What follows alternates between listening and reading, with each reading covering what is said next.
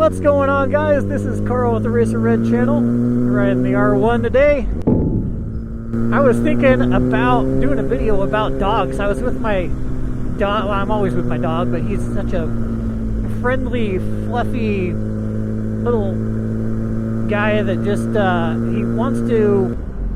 he just wants love. That's all he wants. He wants to be petted. He's not a wolf. He seems to have like zero survival instinct whatsoever.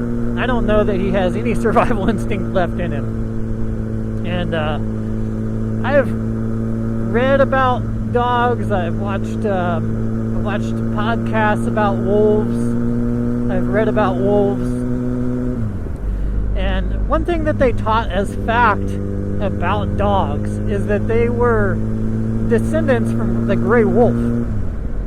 And that has turned out to be false.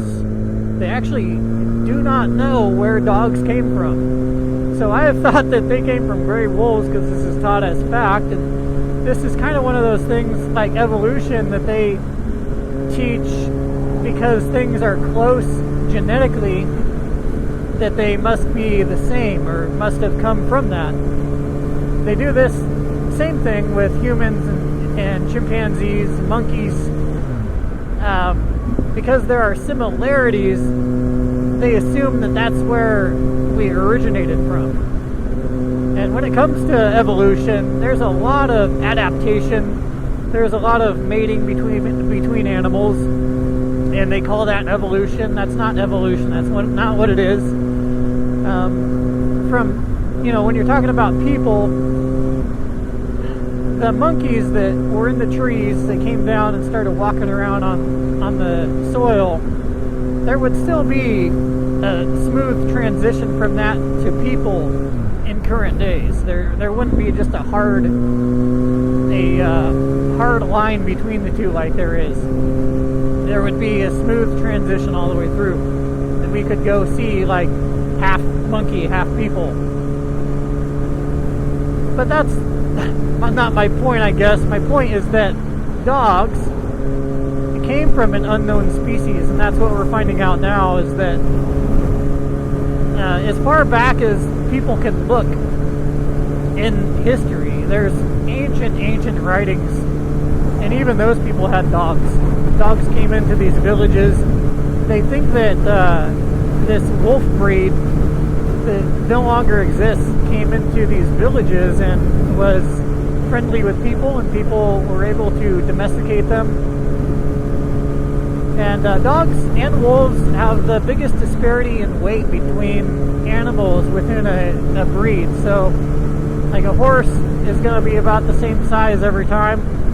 The dog, not so much. A dog is going to be very, very widely varying in size and weight. It was interesting to watch the wolves in their territories and how they manage their territories, and they don't go into each other's area. But then there's exceptions to this, maybe not crossing boundaries so much, but a wolf will actually travel many miles by itself. Sometimes whole packs will do that. I was listening to a lady talk about these wolf packs, and she said that one traveled really far into these lakes by itself. It lived alone by itself for 4 years. They were tracking it. And then a female wolf broke off of another pack and traveled all the way in there. It was like hundreds of miles. This female wolf traveled in, and then they ended up making a wolf pack together. So this lone wolf male was in there by itself for years and years. For a wolf, I mean, that's crazy. 4 years is a long time. And that's kind of a beautiful love story, really. But these wolves travel a long ways. They've been known to travel across towns and cities and whole states. The more they track these packs of wolves, the more they find out how far they can travel. World War I, they had a ceasefire because there were super PACs in Russia. These super PACs were packs of wolves of 200 or more, and they would kill off the soldiers, and they were attacking all the soldiers, so the Russians and the Germans had a ceasefire to go out and basically kill wolves together. That's pretty insane if you think about it. Anyways, dogs are something different, and I think that, like a pug, you look at a pug and you're like, there's no way that was a wolf. But we have taken these dog breeds, and that's a for sure thing, is we've taken those and we've made different breeds out of dogs. But the original dogs that came from wolves are still kind of a mystery. We don't know exactly where they came from, what kind of wolf it was.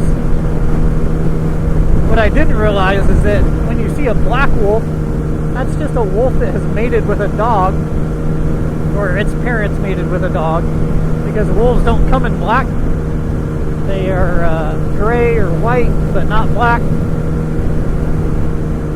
So throughout time, these wolves have mated with dogs and made like half-breeds.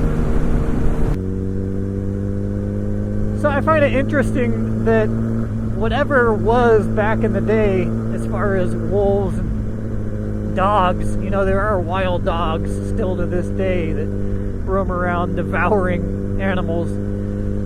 And wolves are just as brutal. They go around just kind of killing mindlessly. They can't help themselves. They will go out, and if they get a taste of your cows or your sheep, then unfortunately one time is all it takes, because after they do it one time, then they will discover that the slow-moving animals in your farm are far easier to catch and kill and eat than a wild elk that can take their head off. And so they much prefer to just get an easy hamburger. It's like fast food for them. I mean, they just roll up, eat whatever you have, as opposed to having to fight for their lives every single time they get a meal. But somehow all of this has developed into a dog, and dogs are like just funny little animals that mostly can be domesticated. Sometimes they're vicious, but it's so crazy to see all the personalities. Like, sometimes a dog just has a messed up personality. But also sometimes dogs don't have a respect for humans. I've noticed that a lot of people, if they talk to their dogs like humans, and instead of getting them in trouble, they like talk to them like the dog understands. Like for example, if a dog snips at somebody and doesn't bite them, the owner will be like, "Oh, that's not nice.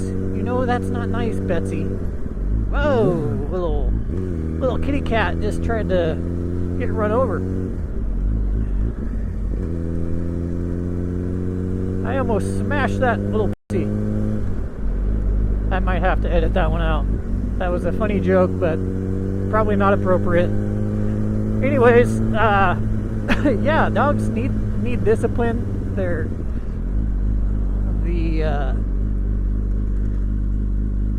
the mom and dad doggies of the little puppies will bite them to discipline them, and dogs are just like people in some aspects, how they have their own personalities, and if the parents don't keep them in line and keep them grounded as far as where are the boundaries, then a dog can go off the rails just as easily as a teenage kid.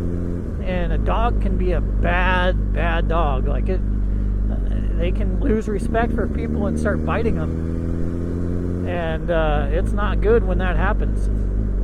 And, some people teach their kids, oh, it's okay to talk back to adults. It's okay to talk back to your parents.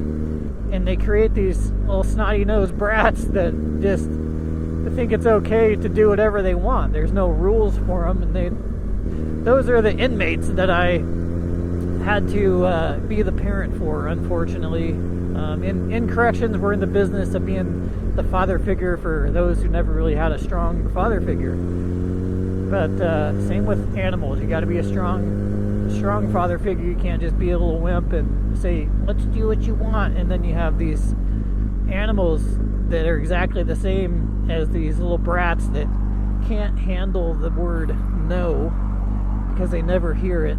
And then they eat what they want, they say what they want, they do what they want, or they have a meltdown and go cry. In the dog's case, they have a meltdown and bite you in the face. Anyways, guys, I hope you enjoyed the video. I'll catch you on the next one. Peace. Alright guys, I just wanted to thank my Patreon supporters. That would be Lance Darnell, Jim Jolson Jr., Kurt Kinghorn, Daniel Roush, Brian Thomason, Wade James, Moto Creek, Nathan Young, Jason Froling. I appreciate each and every one of you guys. Thank you.